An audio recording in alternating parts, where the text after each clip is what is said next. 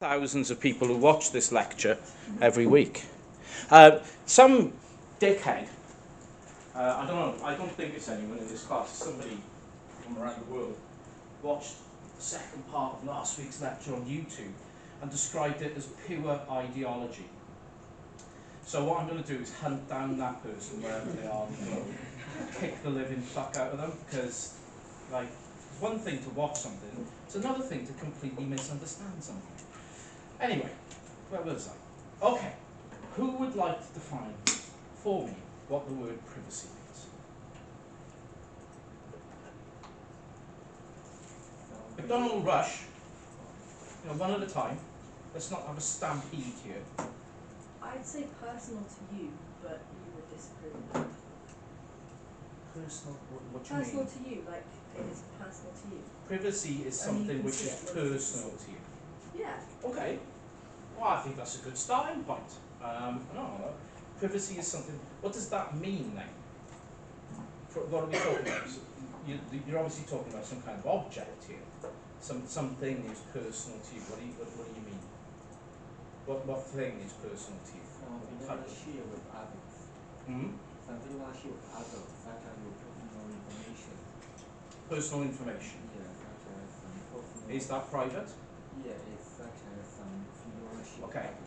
That's privacy. Personal information is not private. How many of you have a birth certificate? Spoiler alert, it's all of you. On that birth certificate, do you know has anyone, have you seen your birth certificate? Yeah. What's on it? Place of birth, your name, what else? Date of birth, and some very intricate signatures very often. There's other details listed on your parents' names and your address of your parents and anything else. Your name in detail, all of it. Your blood type, it can be under full one, depending on where you're born and what time you were born, that is true. There could be medical details about you.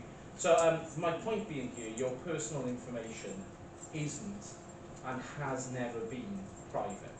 From the second you were born, your personal information has been a matter of record for organisations which are external to you. So personal information probably isn't something that we should consider private. So what are we considering private? My money.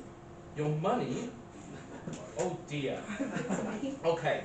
Does anyone in this room have a mobile phone? That's all of you, by the way. You all have them. Okay, we call them smartphones now, but it is ostensibly the same thing. Does anyone hold the contract for that on their own, rather than their parents? We've got a few people here. How do you go about getting a contract for a smartphone? You walk into O2. And what do they do? You walk into O2, you give them a kidney or something, and you walk away. No, O2 will perform what's called a credit check. So O2 will upload your details to a portal. That portal is held by a company, usually Experian in the UK, but there are a number of different companies like this. And then they will trawl through the personal information that they have on you, including how much money is in your bank account and what you spend that money on a weekly basis. So, like me, for example, I can't get a mobile phone contract because they frown on spending all your money on like cocaine. That's something which doesn't go down well with mobile phone providers for some reason, I don't know. Right? And because of that, they will look exactly at how much money you have and where you spend it, and on the basis of that, they will determine whether you are a risk or not to have a contract for phone. If you have a private tenancy, they have done the same thing. So your money, no, not very private at all. Let's have another guess. What else could be considered private?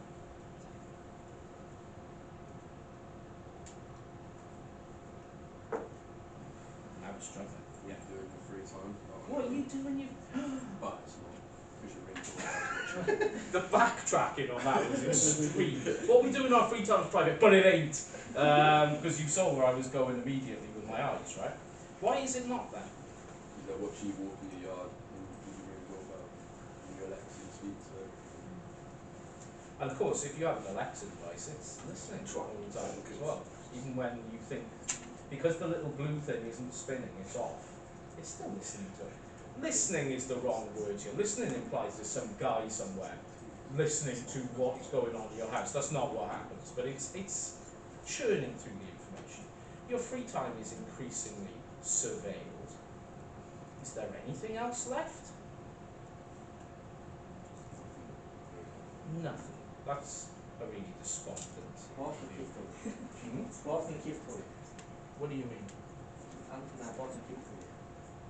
Is that's the least private thing I can ever think of. That's the most public thing I can think of.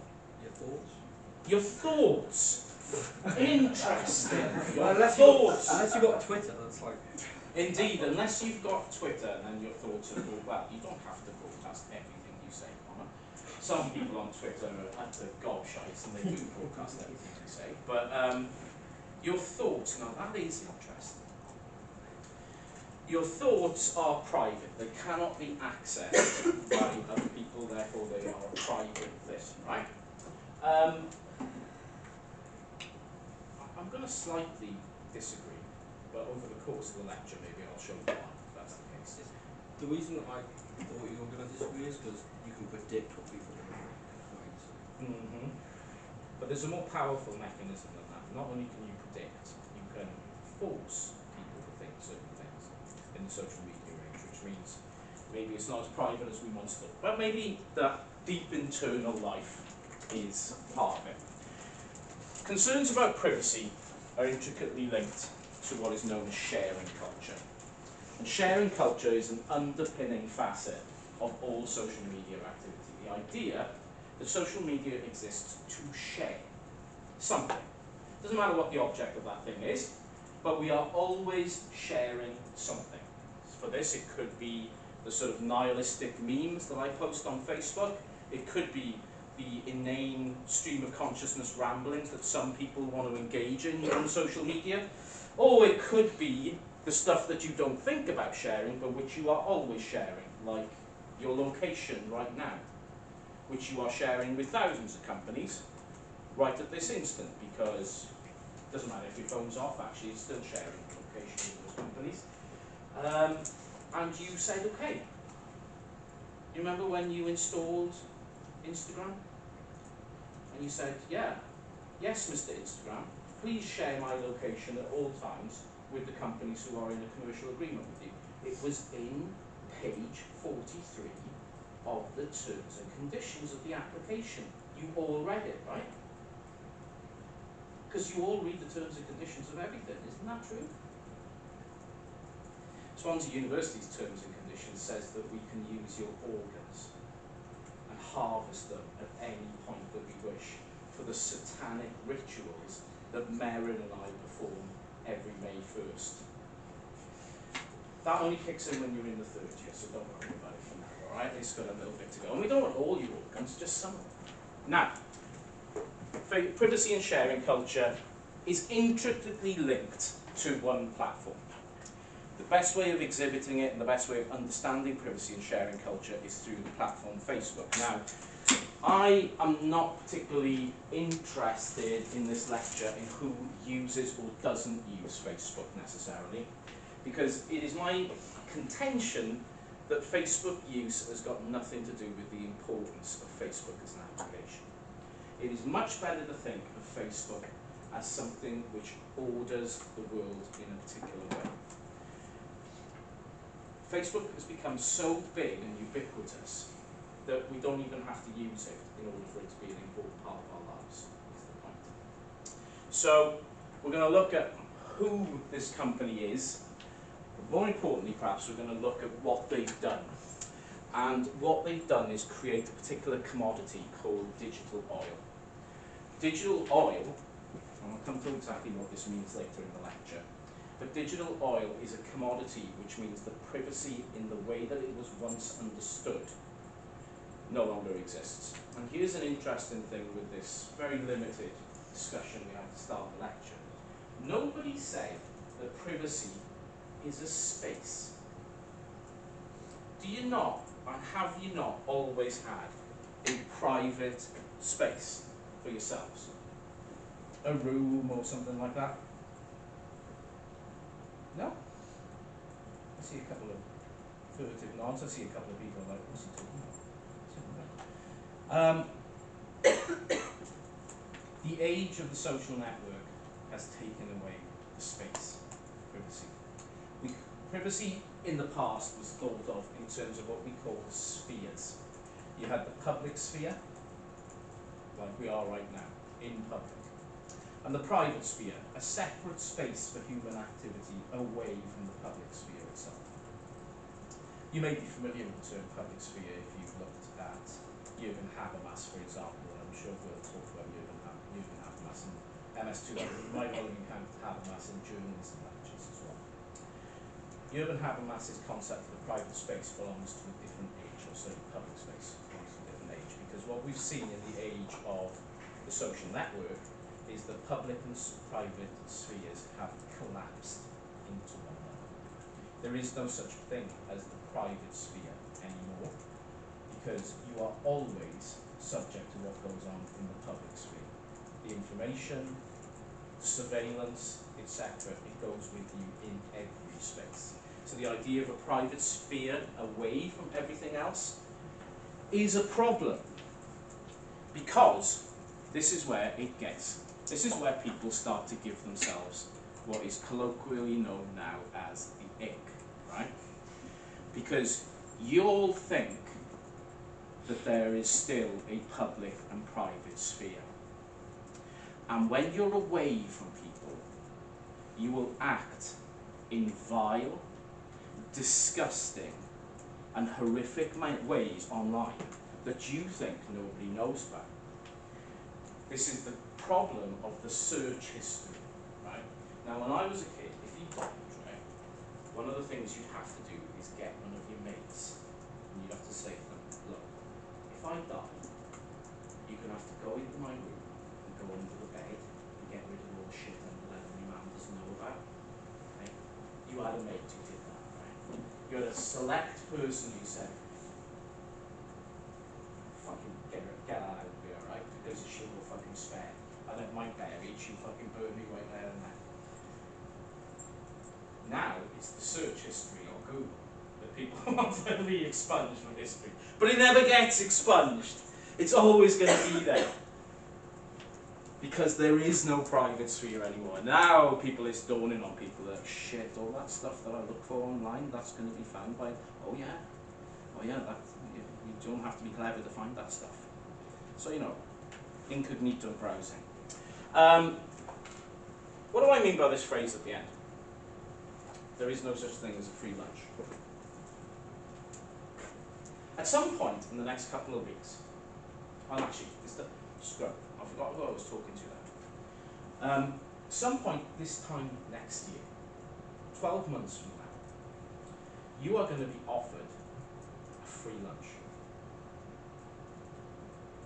It'll probably involve Domino's pizza, because the university has no imagination whatsoever, and they always go for Domino's pizza for this. But you will all be sent an email saying, come to some, when I explain it, it will sound like some dodgy paedophile thing, but it's not, I promise you, right?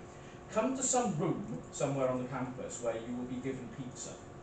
Now, usually I would tell people if they receive that message, don't do that, that's somebody who's going to kidnap and murder you. But this is not what's going to happen. Students are being asked to come to a room to eat pizza. What are they being asked to do when they get there? It's not part of my organ harvesting company. That comes in May. Okay, there's a different email. Does anyone know? No? Alright, there's this thing called the National Student Survey. And this university has certain obsessions. And one of the obsessions is the National Student Survey. We want everyone to fill in the National Student Survey. They reckon if we get really good scores in the National Student Survey, that makes us look good. That's a very flawed way of looking at how good we are. Because it just means that people who filled it in thought good things. The people who didn't fill it in may think we're shit. But that doesn't matter, because because we're not surveying them. Right? So it's already a deeply flawed way of looking at how good the person is. But those people aren't getting a free lunch because in order to access the slice of tepid to cold cheese pizza, because there's always the fucking cheese. Believe me, I've been there to nick bits of pizza, and you look at the front map of you have to fill in the student survey. Right? And that takes like 20 minutes. So it's not free lunch at all. They're buying your time with pizza, which could have been made with anything. It might be the shit ones that they didn't sell last night. Who knows? Don't be taken in by the hype. Right? The free pizza. But do fill in the survey. It's very important. There is no such thing as a free lunch. We are all paying for the social media that we use. And the commodity that we are paying with is our privacy. The very notion of what we understand as privacy has been given away willingly by us in order to create profits for them. That is the trade-off. So all these services that we use for free, Instagram, etc., they are not free, because instead what we are giving is our right to privacy and handing it over willingly in most cases. Therefore, there is no such thing as a free lunch. So if you keep that in mind, this will all make a lot of sense. But let's talk about Facebook first of all. This is Facebook stats from last year. We might think Facebook is passé, it's on its way out, it's dying, etc., etc. This is what happens in a minute. Now, the things that I really love about a minute, every minute of the day, Facebook makes $11,700.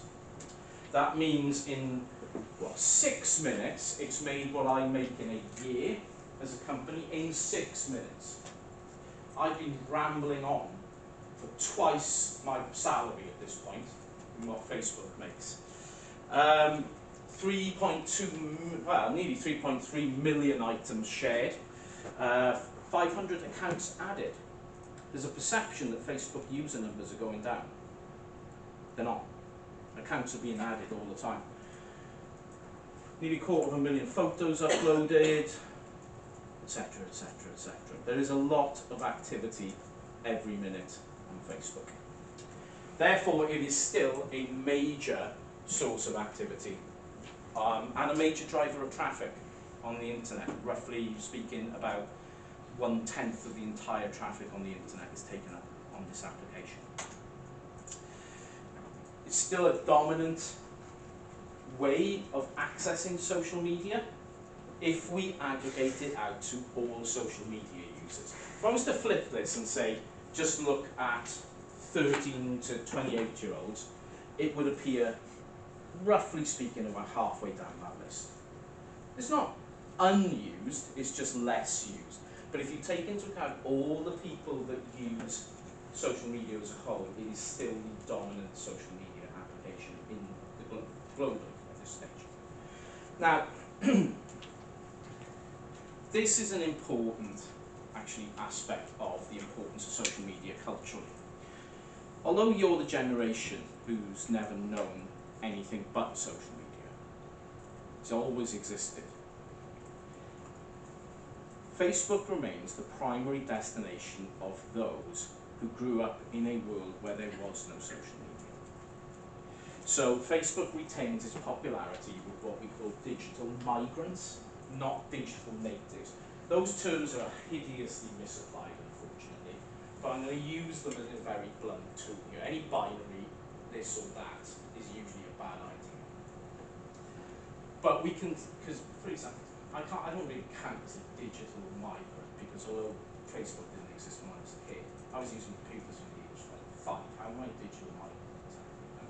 So it doesn't really apply.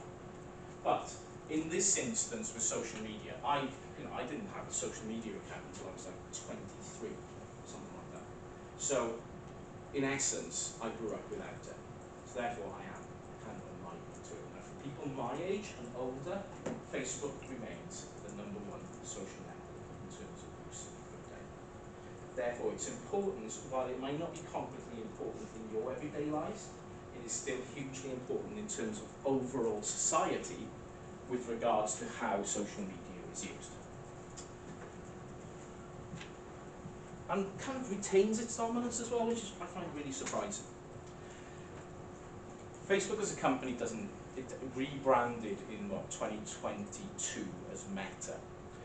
But in terms of what it owns, WhatsApp, Instagram, the one that people never remember is Friend Feed, which was a really small social media company, but basically invented the idea of a wall or a For You page or a feed that you access, which became the signature of Facebook itself.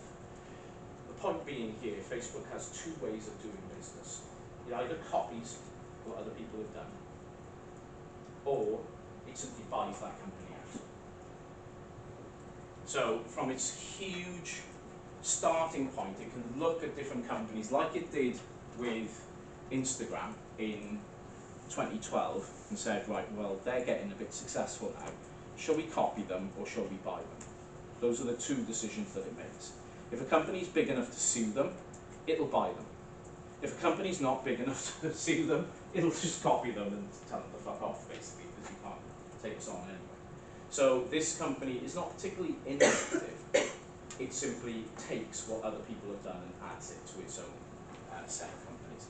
And what's interesting to me is that it pays for companies on the basis of what each user is worth. And that gives us some idea of our worth in terms of being a product for these companies. When it bought WhatsApp, back in, 2017, it calculated the value of each user on WhatsApp at $42 per person. That's what it's going to make out of each person. So at that point in time, there were 450 million monthly active users. Cost came to $19 billion. Is that a realistic price for those people? No, probably they underscored it by miles.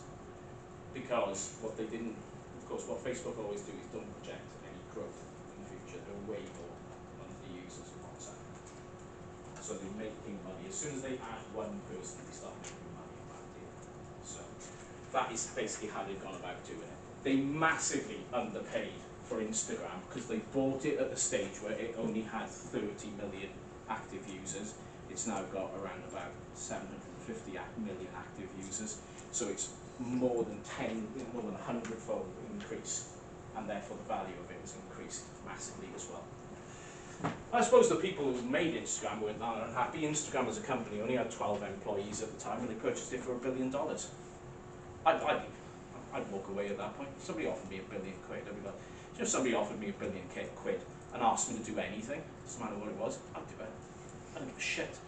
£1 million, £1 billion, I'd do anything at that point. So, Facebook is the most popular social networking site. And we know what these social networking sites are, right? Web-based platforms, scrub that, internet-based platforms that integrate different media, blah, blah, blah, blah, blah. Establishment of connections of users, etc., etc. We know what these things are because I went over it in week 1. How did it start? This guy isn't human, okay? Because human beings have certain characteristics like emotion. I don't know if anyone's ever seen Zuckerberg speak, but there's nothing going on at all. It's like he's completely blank behind the eyes. It's quite impressive. So Facebook started in 2004. Zuckerberg, Saverin, Moskowitz and Chris Hughes, who were all in Harvard University, founded Facebook in 2004. And initially limited the site to Harvard students alone. It was basically, it started out as a university socialization tool in the United States. I've told the story before, but what was Zuckerberg's previous exercise in making a website? Hot or not? Yeah. And what is that all about? Seeing who's hot. Yeah. Zuckerberg's previous effort at making a social, and believe me, it was an attempt at a social media site, was to hack into the Harvard directory, which an intranet site, like we've got an intranet in Swansea, take all the photos down off it by going into that part of the directory, only photographs of female students, put them up on a website and then get people to rate them whether they were hot or not. That was Mark's. If you want an indication of Mark Zuckerberg as a human being, start there. Okay, that was Zuckerberg's idea of a really good website that could make money. He nearly got thrown out of university for doing that and decided to change tack. Eventually he dropped out without a degree anyway and founded this company instead. So added support for various other universities, then went to high school students. Why do you think you start with young people? Why university students and high school students? Easiest to look at. Indeed. Without casting aspersions on anyone in this room, the people least likely to ask questions about what they are doing, basically. So you target young people because they are less likely to ask whether this is a good idea or not. Since 2006, anyone who claims to be at least 13 years old has been allowed to become a registered user of Facebook. There are variations of that globally. Put the note here that anyone who claims to be. That does a lot of heavy lifting in Facebook's terms and conditions. You can be 6 as far as they're concerned, but if you claim to be 13, well, that's okay. There has never been any system put in place to police that anywhere. So in other jurisdictions, they'll say you've got to be at least 16, but they don't actually police that in any way, shape, or form. The moral dimensions of the company start to become clear. So, Facebook held its initial public offering, or what we call IPO. See, I'm using technical terms here. Does anyone need this unpacking? What an IPO is? Do you know what it means? No? Thank you, Em, for saying. An IPO, or initial public offering, is when a private company becomes a publicly listed company. So Facebook, as a private company, decided to list itself on the stock market where anyone could buy shares. That's what we call an IPO, an initial public offering. When the point where you transfer from being privately owned to publicly owned. And in an IPO process, the founders of a company, those who own the private company, will allocate themselves a level of stock. So for example, in this one, Zuckerberg would have allocated himself an amount of stock which meant he maintained control of the company. Let's say, for argument's sake, that amount was 80% of the stock. We don't actually know exactly how much was allocated to Zuckerberg, and there is a suspicion that there were other people who were allocated stock in that IPO who were Mark Zuckerberg, but they were under different names. But anyway, February 2012, it did its IPO. That valued the company at $104 billion, the largest valuation for a newly listed company in history. Now, if Zuckerberg was holding 80% of the stock, that meant out of an instant, Mark Zuckerberg became one of the richest people in the history of humankind, with, roughly speaking, $81 billion in his pocket. So, it's a very, very wealthy company. Facebook makes most of its revenue from advertisements that appear on screen. And by most, I mean more than 90%. Its absolute model to achieve that valuation is through the advertising that appears on its screens. And who does that advertising get pushed to? Who sees the advertising on the screen? Users. You do. You people do. That's how it makes its money, pushing advertising to you, effectively. So, in 2020, $75 billion in revenue.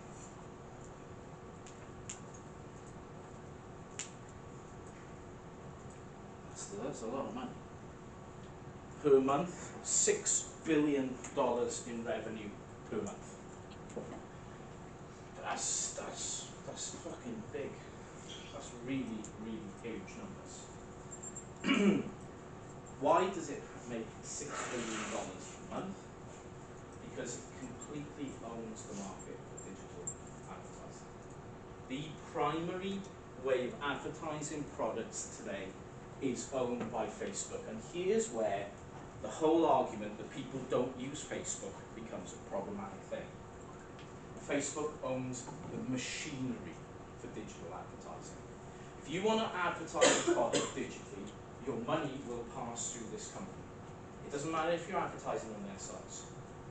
It doesn't matter if you're not advertising on Instagram, if you're not advertising on Facebook itself. Not a problem. They own the entire mechanisms for doing digital advertising itself. So all you people, which I reckon is going to be about half of you in this room, who are going to end up in some kind of advertising, marketing or PR role, are in effect going to be using Facebook as a conduit for your businesses in the future, whether you're employed or you start your own business. It is all digital marketing these days, and you will all be passing through this. There is no way to avoid it. Therefore, everything that you do will be related to this company. Emma, what were you going to say? Is the figure for that, is that just Facebook as an app, website, whatever, or is it Facebook? Better to call it now. That was the company Facebook. You can call it Meta now. So the company as a whole, not just the Yeah. So that would be Instagram. That would be WhatsApp. That would be the whole lot. So, how do we even think about them? Well, Tanya Bucco wrote a book called Facebook in 2020. Argues that we shouldn't think of Facebook as one thing. The problem that we have in society is that everyone thinks Facebook is that app, Facebook. It's not. It is far bigger than that. It is very, very outdated to think of Facebook as a social networking site. It's a global operating system and a serious political, cultural and economic power broker. Because if you are a company of that size, with that kind of revenue, you can get people to do whatever the fuck you want, basically. If you go to a government somewhere in the world and say, we want total control of this industry in your country, all its operations should go through Facebook as a company, what are you going to do? Say no? I don't think so. We find it difficult to conceptualize it in the West because we have a plethora of social media which we can interact on. But in other parts of the world, Facebook's it. That's all that exists. Everything goes through it. Daily activities are coordinated through it. Electoral activities are coordinated through it. It exists to actually coordinate entire societies. It is not irrelevant, even though we might now, as people, spend less time using it in this country. That doesn't make it irrelevant on a global scale. To borrow from Timothy Morton, Facebook is what we call a hyper-object. That is when an object is so big that you can't even see that it operates. Other hyper-objects would be something like the climate, for example. We'll talk about climate, we'll talk about climate change, but you can't see the climate around you. You might see the weather, but weather and climate aren't actually the same thing. But we know about the climate, it's all around us, right? We talk about capitalism, there's no sign in the sky, capitalism. Well, Facebook, for the way that Bucco describes it, is a hyper-object. It exists all around us at all times, and we don't even think about it, but it doesn't mean it's not there.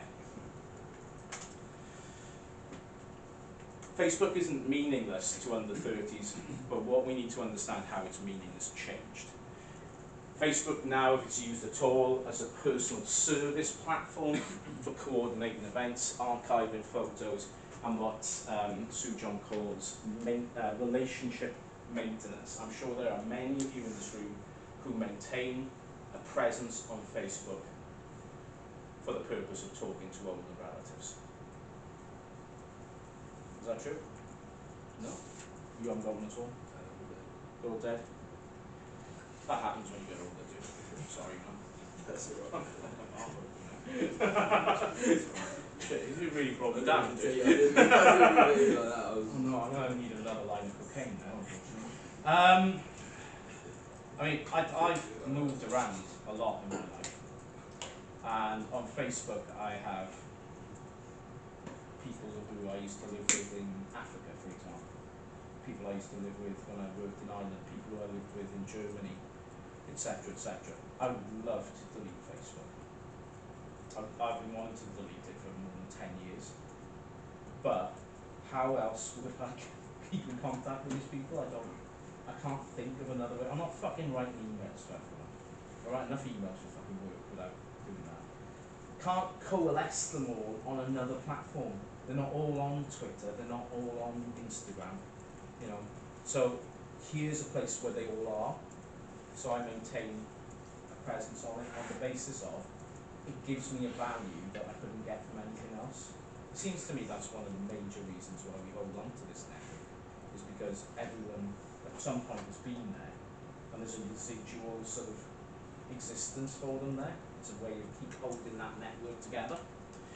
Now maybe as people like me die, it will die, but then it's probably still got a little bit of time left. I'm not planning on dying yet. I've been paying into a pension for too long. I need to fucking retire and then spend that money. So I got another 30 years on it, I guess. The best explanation for Facebook that I've ever read is this one. Facebook is an atmosphere that attunes us to the world. That means that the perceived presence of Facebook is always there, everywhere. And what this means orients us to the world is really important. What Facebook as an application and a service has done is make us rethink the world itself into what's shareable, what can be communicated, and what can't be. Before Facebook, there wasn't that kind of consideration. There's a point I made about Instagram, is something Insta-worthy? Do we go places for the gram, etc.? Well, that kind of behaviour started with Facebook as an institution, and it's no surprise that Instagram is owned by Facebook in that way. Facebook as an atmosphere has attuned us to the world in a particular way to always acknowledge that the possibility of sharing what we're doing, how we're doing it, with whom we're doing it, and to visually capture that is something that we can do at any given point in time. That's a complete refocusing. So when I talk about digital natives and digital migrants, the change comes from the migrants. The world has changed completely because now I have that possibility, whereas when I was a kid, that didn't exist. There was no means for me to tell everyone, oh look at me, I'm here at this crappy restaurant eating this crappy food, look at me. Now everyone is thinking that at all times. So that orientation about how we are shaped and how things are shaped, should I talk about this on social media or shouldn't I? Should I make a post about this or not? That comes from this company. That ability to to give us an orientation to the world and help us understand the world in a particular way is what Facebook is. Therefore, it is still incredibly important. As an operating system, this is less important, I think, in our lives, but it's very important around the world. I always struggle saying this guy's name, which is a real shame because his writing is absolutely fantastic. Vaidehanathan. Thank you. Yes, I got there in the end. Facebook is the operating system of our lives, power to measure our activities and states of being, and constantly guides our behaviour.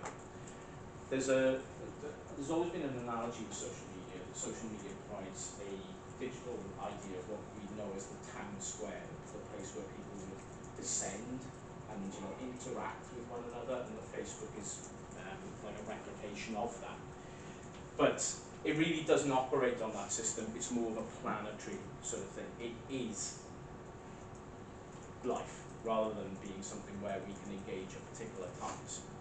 And that comes from its power to measure our activities and states of being, and importantly, to guide behaviour in particular ways. Town squares are funny. There's a town square in a town not far from here called Aberdare. Does anyone know where Aberdare is? Or has been to Aberdare, or is aware of its presence? No? For those of you shaking your heads, keep it that way. It's an absolute shithole. But there's a town square in Aberdare, and basically all the pubs are around it. And like, at checking out time of the pubs, everyone piles in. literally into the middle of the square, beats the shit out of each other. Great. I love out there. It's quite fun. But if you do get the chance to visit out there, please take precautions. Facebook isn't like out there, fortunately, for many reasons. Fortunately, I use that word. Facebook isn't like that. It is a planetary entity. Instead of it being somewhere where we engage occasionally to share information, it is something that is always guiding and surfacing and making us do things and forcing us to behave in particular ways. In essence, Facebook produces, in contemporary society, space and time itself. Space, by the notion of there is a digital space for activity, and time, the amount of time it takes to create, react, and take in information on platforms that we use. Indeed, we understand the world itself and everyone around us in terms of the relations we have with them, and those relations are mediated by platforms like Facebook itself. That because of that, Facebook is actually a multiple thing, coming together in various ways and different configurations depending on the relations we have with others via the application. And it's always changing too. Facebook doesn't mean the same for you as it does for me, or the same for you, Lana, as it does for me. And it doesn't mean the same for anyone as it does to anyone else. It's all about the way we use it and the relations we have with others on it. So, there's some of you in this room whom Facebook is completely meaningless. Or at least you think that. You probably change your mind at the end of this lecture, I hope. But you don't use it, you don't engage with it. But there are some in this room who use it extensively. It's a very important conduit to their social lives. There are others who use it for very specific purposes. But it is that idea that we relate to people specifically on the platform in different ways which gives it its importance. And even if you choose to not use it at all, it is still has a very important impact on how you relate to other people in the world. Because you are taking that option of relating to them on that platform out of the way. It affects the relations that we have with others. The importance of Facebook is that it produces the spatial dimensions of our social lives in certain ways. How we relate to people and why we relate to them in that way.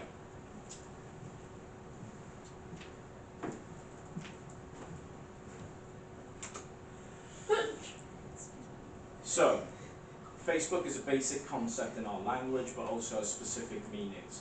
And all of these concepts form the overall concept of Facebook itself.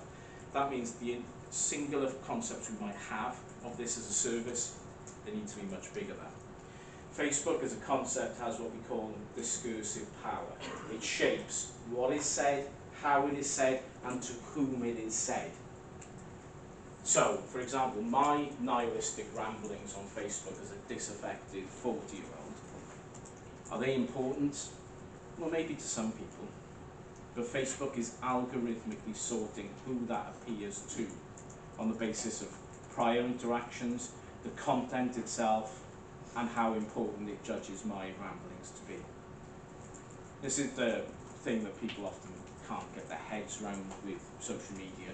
Just because you make a post on Instagram doesn't mean anyone's going to see it. Indeed, nobody might see it.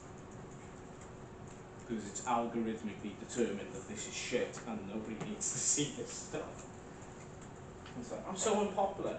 It's like, well, yeah, you are, but you don't understand the reason why. It's not because you suck. It's because the algorithm's decided you suck. The algorithm isn't a real human being or anything like that. It doesn't have feelings and emotions. It's just a...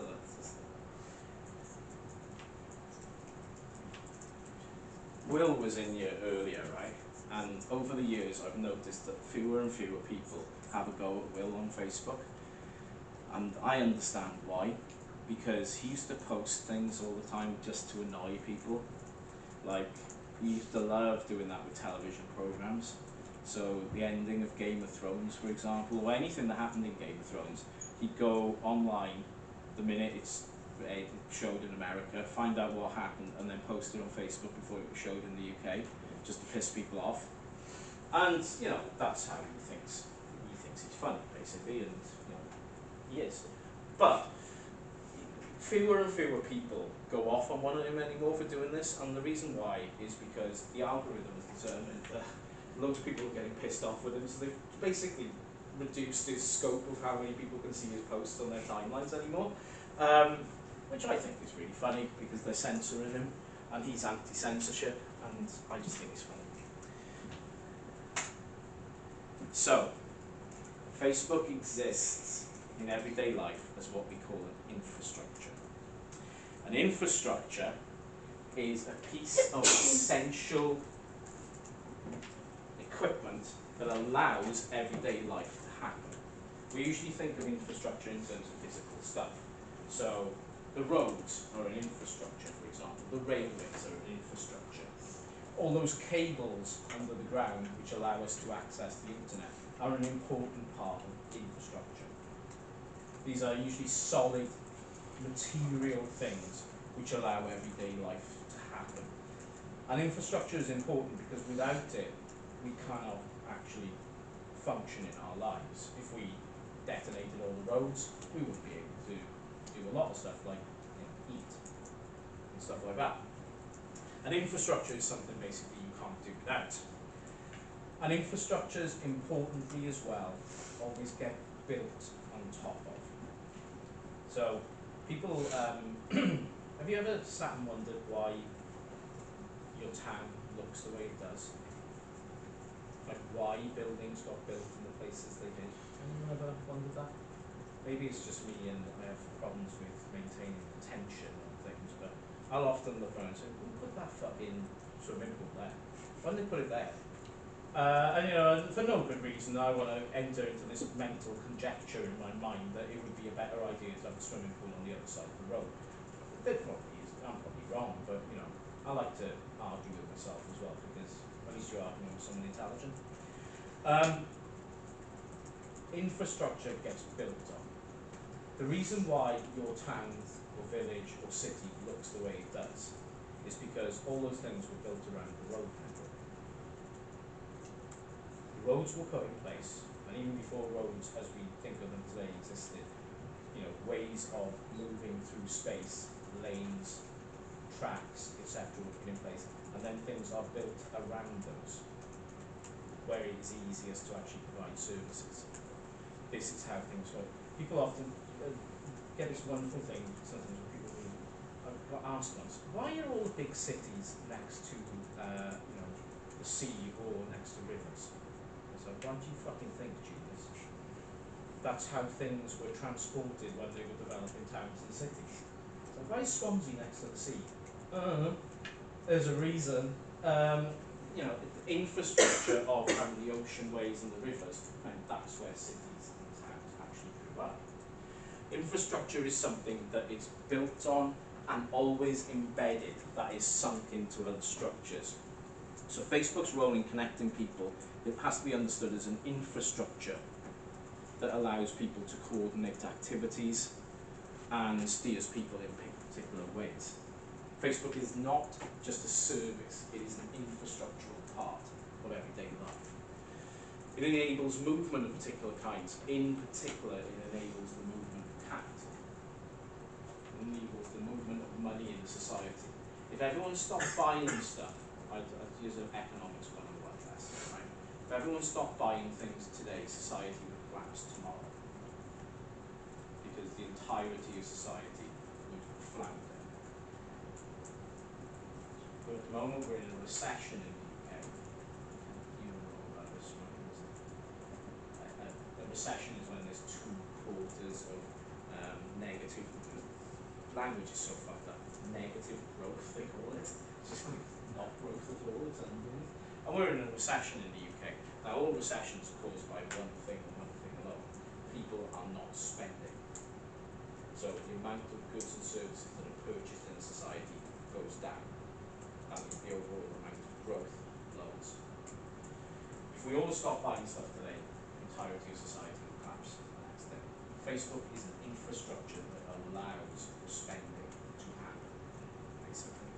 It allows for the movement of capital. Now, as the great sociologist Thomas Hughes wrote, inventions cannot be considered outside the context of the other technology that exists.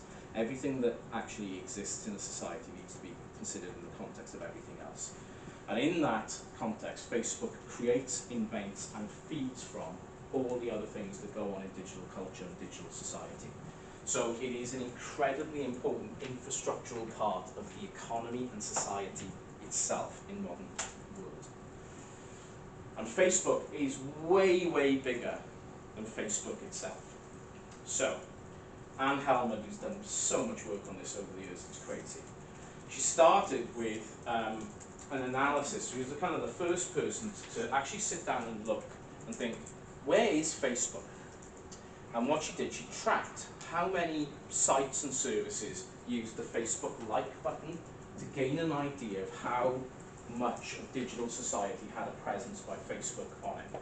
And it was like, all of it. Facebook is everywhere. If you design a website and put Facebook's like button on it, you are basically installing a cookie onto your website, which allows Facebook to access tracking data for everyone who uses your website. That's the effect of using a share button or a like button on your website. Now, what happens with that is basically part of your website's traffic is then captured by Facebook. So, you don't need a Facebook. Let's assume there is some person out there who has no account with the Facebook company at all. So that means they don't use WhatsApp, they don't use Instagram, they don't use Facebook, they don't use Oculus, for example. They have nothing to do with them whatsoever. By virtue of their presence on the web, Facebook will have a profile of them because its tracking technologies exist everywhere.